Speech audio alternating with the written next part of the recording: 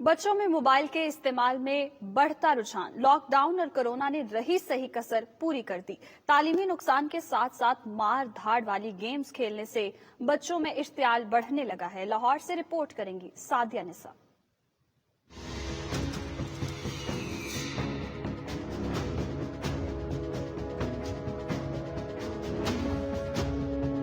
दौड़ मुझे नहीं अच्छी लगती, गेम अच्छी।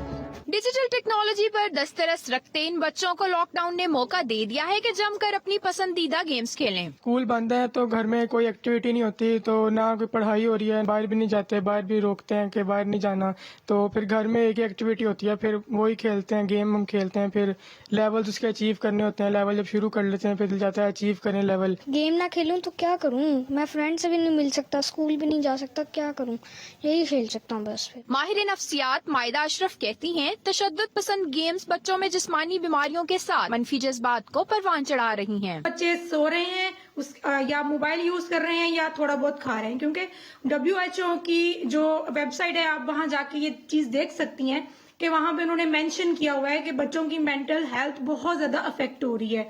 उसमें सबसे पहले बच्चे वायलेंट गेम्स खेलने की वजह से उनमें वायलेंस आ रहा है, ठीक है। इसके अलावा वायलेंस आ रहा है, उनके मूड फ्लक्चुएट कर रहे हैं। बच्चों की तामीरी और तख्लीकी सलाहियतों की तबाही पर वालिदैन भी परेशान हैं। लॉकडाउन में बच्चों गेम ज्यादा यूज करने की वजह से ना बच्चों में बहुत ज्यादा, एक तो गुस्सा, कोई बात नहीं सुनते बिल्कुल भी, माँ बाप की बात को बिल्कुल इग्नोर कर देते हैं, गुस्सा बहुत ज्यादा आने लगा है, पढ़ाई से तो बिल्कुल ही दूर हो गए हैं। बच्चे जरा माओ से अलग हो गए हैं, बच्चे सेहतमंद माहौल में नहीं रह रहे।